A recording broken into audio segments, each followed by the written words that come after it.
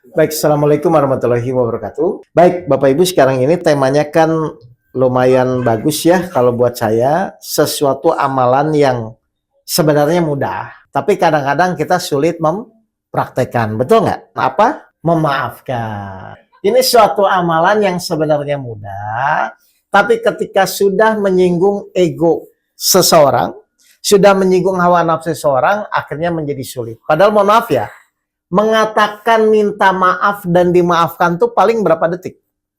Misalnya, Bu, maafkan saya. Terus Ibu jawab, saya maafkan. Itu paling berapa lama sih, Bapak Ibu? Cepet ya? Tapi mikirnya berapa lama? Kan nggak nyampe lama sebenarnya. Tapi kenapa hal-hal ini menjadi sulit? Nah, itu yang mau kita bahas. Baik, jadi saya ulang ya. Jadi amalan yang mudah, tapi kadang-kadang sulit dilakukan. Ketika sudah menyinggung apa di sini? Ego atau harga diri. Mohon maaf ya. Dan mohon maaf sekali, ego itu, Bapak Ibu setuju nggak? Salah satu perintah Allah adalah untuk mengendalikan ego. Kan Bapak Ibu sebelum Idul Fitri kan belajar namanya bulan puasa. Betul? Bulan puasa itu apa tujuannya? Mengendalikan hawa nafsu. Berarti kalau orang yang setelah Ramadan, setelah puasa itu orangnya mudah memaafkan atau sulit memaafkan? Mudah. Jadi ibu mau memaafkan mertuanya? Mertuanya? Dimaafkan? Wah iya, artinya tuh kita dididik 30 hari bulan puasa itu. Salah satu target Allah adalah apa? Untuk kita bisa merendahkan atau mengendalikan hawa nafsu. Makanya kadang-kadang kalau ibu perhatikan, petunjuk-petunjuk Allah itu kadang-kadang bertolak belakang dengan apa yang kita inginkan. Coba perhatikan, saya tanya nih, kalau kita punya masalah belum selesai-selesai, ibu disuruh Allah apa? Bapak disuruh Allah apa? Kita punya masalah misalnya, atau kita punya keinginan, tapi belum terwujud. Allah menyuruh kita apa? Iya, ikhtiar. Kita kan sudah ikhtiar, tapi misalnya belum terwujud. Allah nyuruh apa? Sabar. Berarti ketika Bapak Ibu sabar, masih jadi masalah nggak? Masalah itu. Kalau Bapak Ibu sudah sabar, masih jadi masalah nggak? Ayo silakan. Hah? Saya ulang ya. Bapak Ibu punya keinginan, lalu keinginan itu tidak terwujud. Kira-kira Bapak Ibu jadi sabar atau tidak? Bapak Ibu punya keinginan suami berubah, anak berubah. Terus belum berubah. Kira-kira Bapak Ibu emosi atau jadi sabar? Saya ulang. Misalnya ibu ingin suaminya berubah. Terus Allah belum mengizinkan, suaminya belum berubah. Kira-kira ibu jadi sabar atau emosi? Emosi. Padahal Allah tuh membuat kondisi itu, membuat anak, suami, istri belum berubah itu supaya Bapak Ibu apa? Sabar. Tapi ibu biasanya kalau tidak berubah, biasanya jadi sabar atau jadi emosi? Jadi yang benar yang mana? Emosi atau sabar? Yang benernya sabar. Kenyataannya? Nah, karena manusia itu kecenderungan memang mengikuti hawa nafsunya, maka yang terjadi akhirnya antara petunjuk dan hawa nafsu akhirnya berbeda. Berarti saya simpulkan, berarti yang jadi masalah itu masalahnya atau karena kita tidak mengikuti petunjuk. Bapak Ibu tahu emosi itu salah? Tahu? Bapak Ibu tahu emosi itu salah? Tahu. Kira-kira kalau anak menjengkelkan, ibu emosi atau sabar? Menurut petunjuk? Menurut keinginan kita? Makanya kata Rasul apa? Masalah terbesar, perang yang paling besar yaitu perang apa? Melawan hawa nafsu. Berarti sekarang saya nggak usah muluk-muluk, nggak usah teori, tapi saya akan 1, 2, 3 poin. Bagaimana ibu mulai melangkah mengikuti petunjuk supaya Bapak Ibu bisa mengendalikan hawa nafsu. Kira-kira sabar sama emosi sehat yang mana? Sabar. Berarti kalau ibu sakit itu gara-gara apa? Emosi.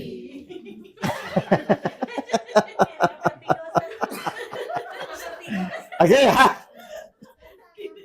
Baik, sekarang salah satu cara, ada tiga ya, ada tiga cara bagaimana agar kita mudah memaafkan. Tapi sebelum saya beri cerita bagaimana memaafkan, biasanya manusia itu senangnya ada reward-nya, betul? Betul nggak? Kayak ibu misalnya tiap bulan reward dari suami apa? Nah, akhirnya kan ibu rumah tangga bertahan kan? Ya kan? Oke, sekarang karena ada kasus sampai ya seperti itulah. Oke, sekarang saya akan bahas salah satu. Bagaimana cara Bapak Ibu untuk menyadari agar bisa mengendalikan hawa nafsu. Karena dasarnya kan semua permasalahan itu di situ. Bapak Ibu sulit memaafkan karena apa? Karena mertua menyebalkan atau karena nafsunya dikuasai? Saya ulang. Bapak Ibu sulit memaafkan mertua itu karena mertua menyebalkan atau karena Bapak Ibu dikuasai nafsu? Jadi yang salah siapa?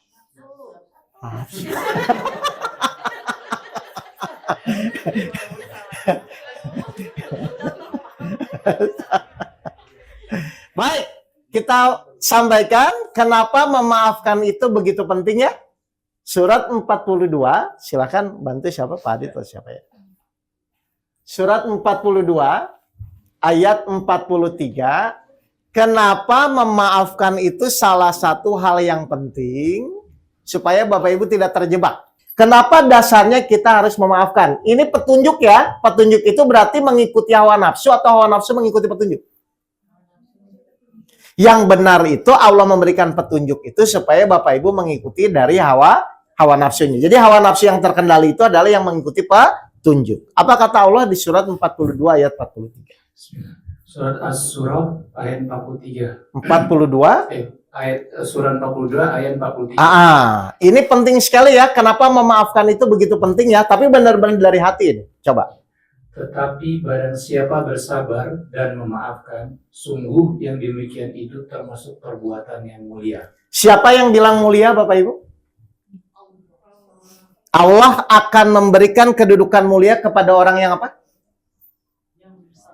Yang mudah memaafkan. Betul deh?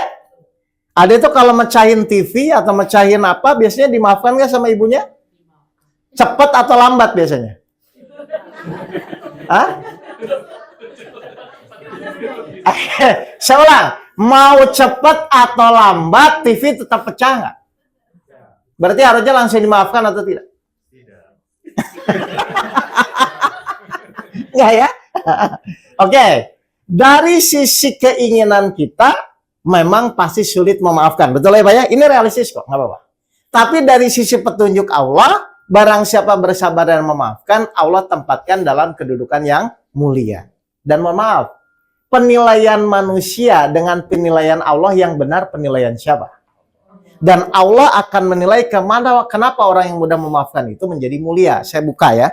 Kenapa orang yang mudah memaafkan menjadi kondisi orang-orang yang mulia, Pak? Kenapa begitu? Karena secara sadar tidak sadar nafsunya berubah. Dari nafsu yang selalu mendorong pada kejahatan, pada kemarahan, menjadi nafsu yang dirahmati oleh Allah. 12 ayat 53. Silakan. Surat 12 ayat 53. Kenapa memaafkan itu jadi posisinya mulia? Karena Allah merahmati. Silakan. Surat Yusuf ayat 53. Ayat 53. Perhatikan ya. Dan aku tidak menyatakan diriku bebas dari kesalahan. Siapa? Ini? Ya, aku tuh siapa? Nabi Yusuf. Jadi Nabi Yusuf tuh waktu itu kan digoda sama Zulaiha ya. Terus? Karena sesungguhnya nafsu itu selalu mendorong kepada kejahatan. Betul? Ibu kalau punya masalah khawatir atau tenang? Apa yang dikhawatirkan? Padahal mau khawatir mau tenang pun masalah harus dijalani atau didiamkan? Dijalani. Dijalaninya sesuai hawa nafsu atau sesuai petunjuk? Makanya di sini kata kunci itu. Terus? Kecuali nafsu yang diberi rahmat oleh Tuhanku. Berarti target kita apa? Merubah, meningkatkan derajat nafsu kita dari nafsu yang selalu mengikuti amarah atau hawa nafsu menjadi nafsu yang dirahmati atau nafsu mutmainah. Pertanyaan saya, kenapa nafsu kita harus mutmainah, Bapak Ibu? Kenapa nafsu kita harus mutmainah? Kenapa? Bapak Ibu sadar?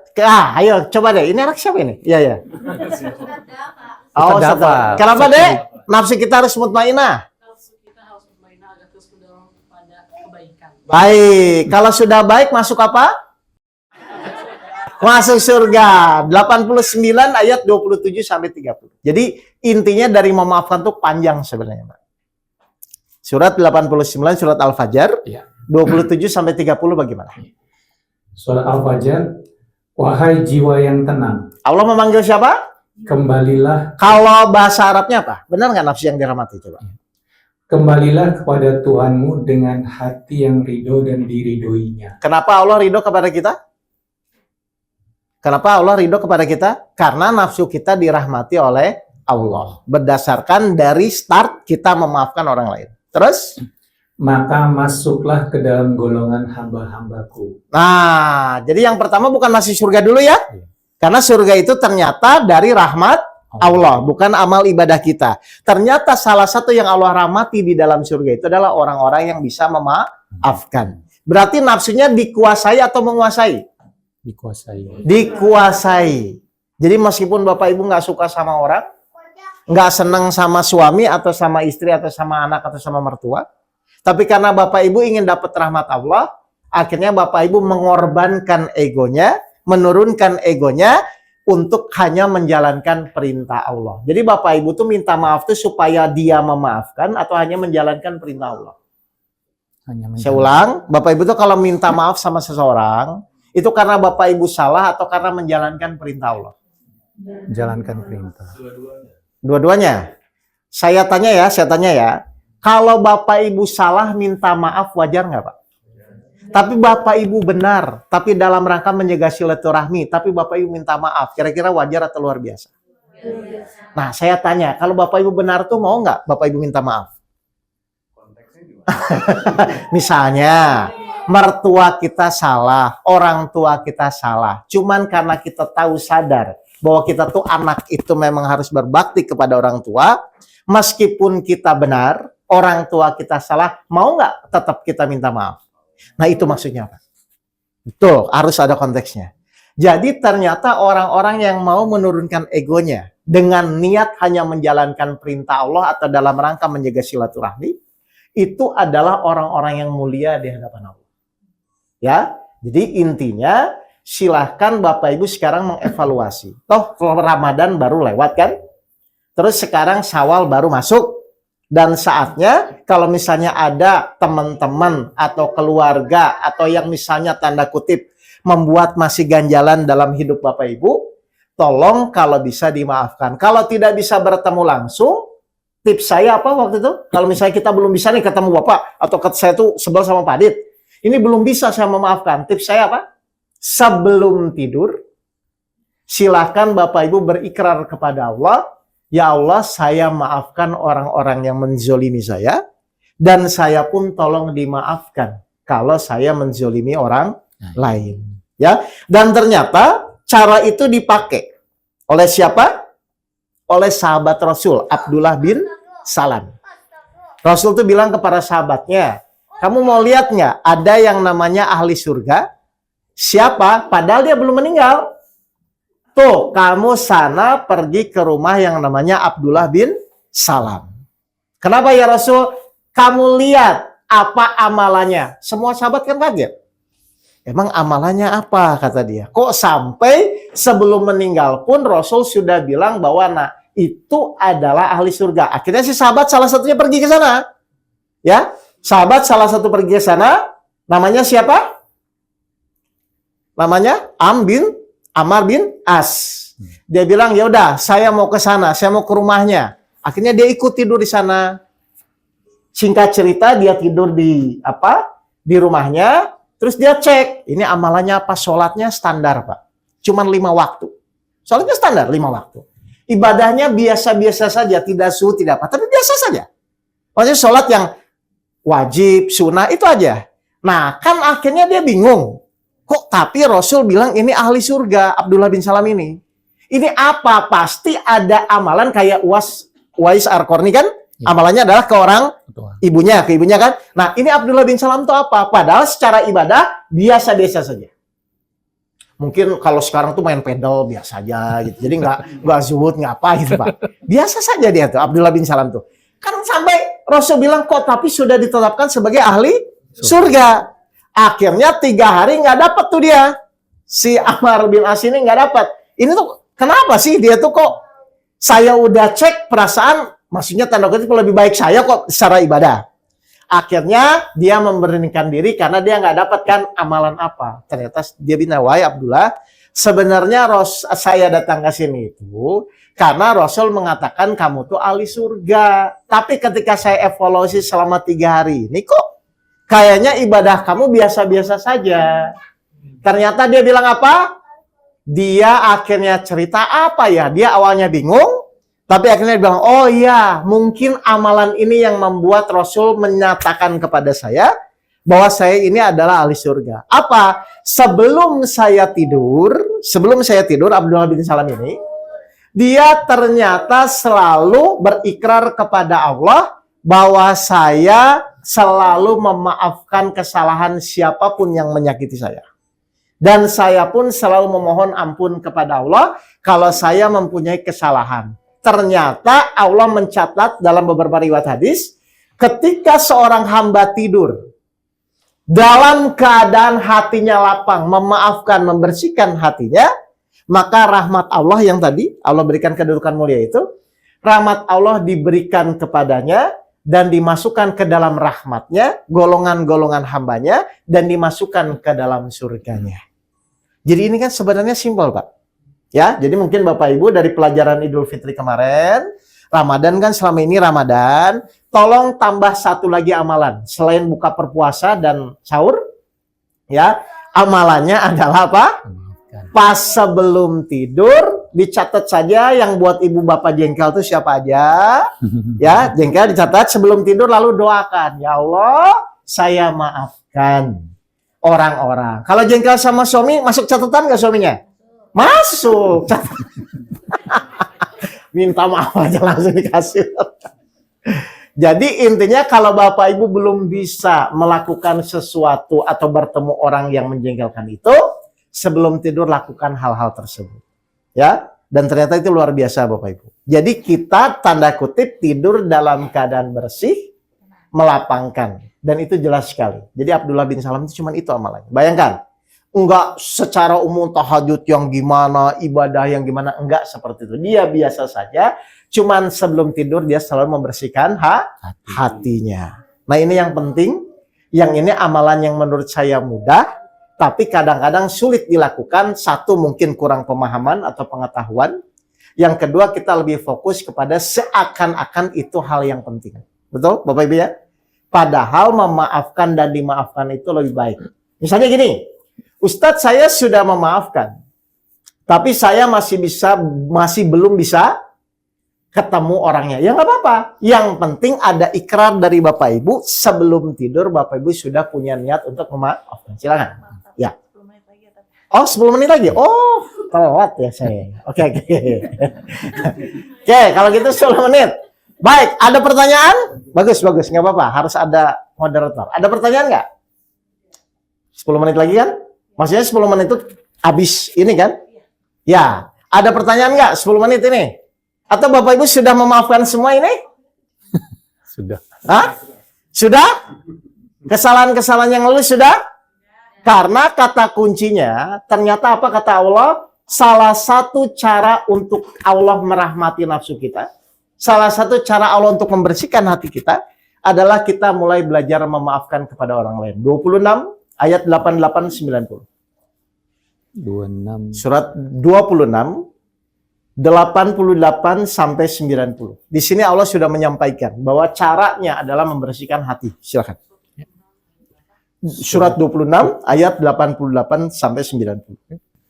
Surat Asy-Syu'ara 88. Sampai 90 ya. Yaitu pada hari ketika harta dan anak-anak tidak berguna, kecuali orang-orang yang menghadap Allah dengan hati yang bersih. Nah, terus? Dan surga didekatkan kepada orang-orang yang bertakwa. Baik. Jelas ya Bapak Ibu ya? Jadi ternyata semua apapun yang kita kejar di dunia ini, cita-cita apapun silahkan dikejar, silahkan dimaksimalkan, semangat silahkan, tapi ujung-ujungnya Allah akan hanya melihat kebersihan hati kita. Berarti kalau kita masih ada dongkol, rasa dendam, rasa iri, rasa emosi, itu tolong diperbaiki. Dan alhamdulillah dalam Islam sangat fokus ya. Ada puasa Senin Kemis, ada melawan mengantuk dengan tahajud, ada ngantuk dengan sholat subuh, ada berinfak, ada zakat. Itu adalah metodologi yang Allah berikan, yang ujung-ujungnya untuk membersihkan hati kita. Saya tanya, yang mengotori hati kita tuh berarti siapa? Kita sendiri. Enggak, di dalam diri kita tuh apa tadi? Oh, nafsu. Nafsu. Yang membersihkan hati kita siapa? Iman. Ya, kan Bapak Ibu tuh ada jiwa ya. Dalam jiwa tuh ada ruh, ada nafsu, ada iman. Jadi sebenarnya silakan Bapak Ibu menjalani kehidupan, tapi tolong dievaluasi. Apakah kita semakin mudah memaafkan? Apakah kita semakin mudah bersabar? Apakah kita semakin mudah ikhlas di dalam menjalani kehidupan? Saya tanya terakhir ini. Betul atau tidak bahwa yang namanya hidup itu tugasnya menjalani, Pak? Kenapa saya bilang menjalani?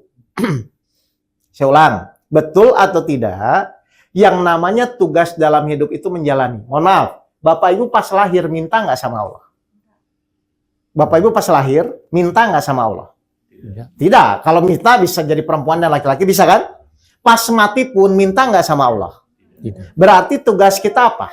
Jalan. Menjalani dari lahir sampai nanti kita mati. Menjalani apa? Ya hidup, maksudnya kan kita hidup ini. Menjalani apa? Perintahnya Allah. Petunjuk demi petunjuk. Jadi silakan Bapak Ibu menjalani hidup, tapi pertanyaannya harusnya ini sesuai petunjuk atau tidak. Ini sesuai petunjuk atau tidak. Karena kalau Bapak Ibu menjalani hidup tidak sesuai petunjuk, kira-kira bermasalah atau bahagia? Bermasalah. Berarti orang bermasalah itu karena masalahnya atau karena tidak mengikuti petunjuk? Tidak. Berarti pilihan atau takdir? Pilihan. Silahkan Bapak Ibu pilih. Menurut petunjuk, Bapak Ibu tuh kalau punya masalah sabar atau emosi? Sabar. Menurut petunjuk? Sabar. Menurut keinginan kita? Emosi. Nah, silahkan. Bapak Ibu sudah tahu jawabannya, silahkan direnungkan. Menurut petunjuk, kalau orang salah atau kita salah dalam rangka silaturahmi, dimaafkan atau tidak dimaafkan? Dimaafkan. Berarti sekarang mulailah belajar memaafkan. Tapi kan saya belum bisa dekat, ya nggak apa-apa. Yang penting memaafkan dulu, supaya tidak mengotori hati kita. Jelas? Jelas. Baik, 5 menit lagi ada pertanyaan? Ustaz, izin. Oh, silakan. Ustaz, memang kan kita harus mudah memaafkan. Betul. Tapi gimana kalau kita ketemu kondisi bahwa ada orang-orang yang memanfaatkan itu? Bagus. Jadi, Baik. Ya dia berbuat salah kita maafin, Ya. salah lagi, maafin Baik. lagi. Nah itu. Di dalam ilmu dasar kalau saya menyampaikan namanya 7 ilmu penjernih hati. Ada namanya berprasangka baik dan waspada. Prasangka baik itu apa? Bapak Ibu, prasangka baik itu saya tanya. Bapak Ibu pas ketemu orang tuh biasanya curiga atau prasangka baik? Atau gini, suaminya belum pulang sampai jam 12 malam. Bapak Ibu curiga atau berprasangka baik? Benar? Kalau Teli kan suaminya jauh, jadi baik aja. Maksudnya ini yang dekat-dekat biasanya pulang jam 9, jam 8, tiba-tiba jam 12 malam belum pulang. Biasanya berprasangka baik atau waspada? Berprasangka baik atau curiga? Khawatir ya? Baik, pertanyaan saya. Kenapa kita harus mulai berprasangka baik dulu? Dasarnya, mohon maaf ya, semua manusia itu baik atau tidak? Dasarnya. Sekarang pertanyaan kedua, orang korupsi itu sebenarnya kalau ditanya ingin masuk surga atau neraka? Masuk surga. Tapi dia tahu nggak korupsi itu masuk neraka? Tahu. Berarti kenapa dia tetap korupsi?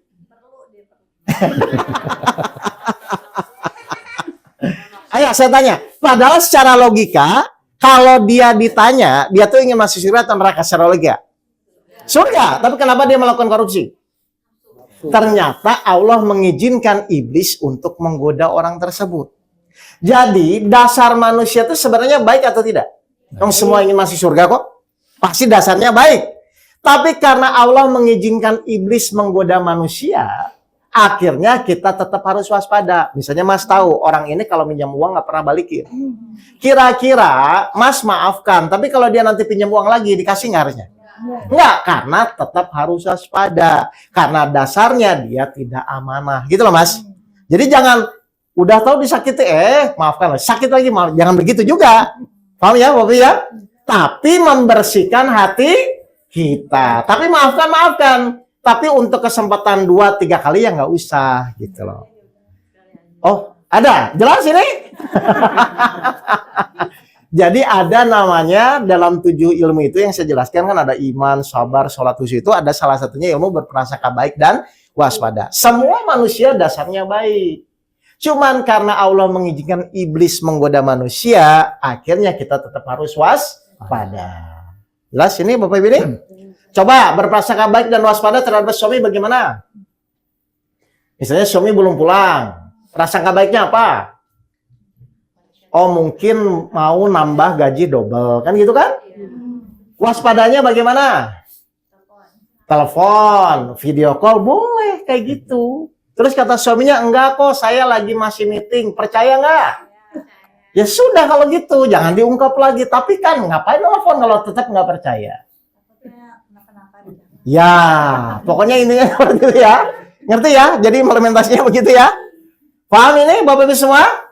Ya, jadi intinya mari kita praktekkan satu amalan saja seperti Abdullah bin Salam, ya, sahabat Rasul yang benar-benar sebelum meninggal Rasul sudah tetapkan dia di surganya Allah. Ternyata satu amalannya adalah apa? Sebelum tidur 2 menit 5 menit memaafkan segala kesalahan orang lain. Masalah misalnya masih ketemu masih berat ya nggak apa-apa, tapi sudah mulai dijalankan, dipraktekkan. Mudah-mudahan nanti hidayah-hidayah di situ Allah buka. Karena hidayah itu datang setelah kita berikhtiar. Jelas Bapak Ibu sekalian? Baik, karena waktunya sudah habis. Sekali lagi saya mohon maaf. Kalau ada hal-hal yang tanda kutip mungkin kurang berkenan, dimaafkan ini, saling memaafkan? Baik, saya minta maaf, dimaafkan? Sama-sama, alhamdulillah. Sampai ketemu lagi. Wabillahi taufiq wal hidayah. Assalamualaikum warahmatullahi wabarakatuh.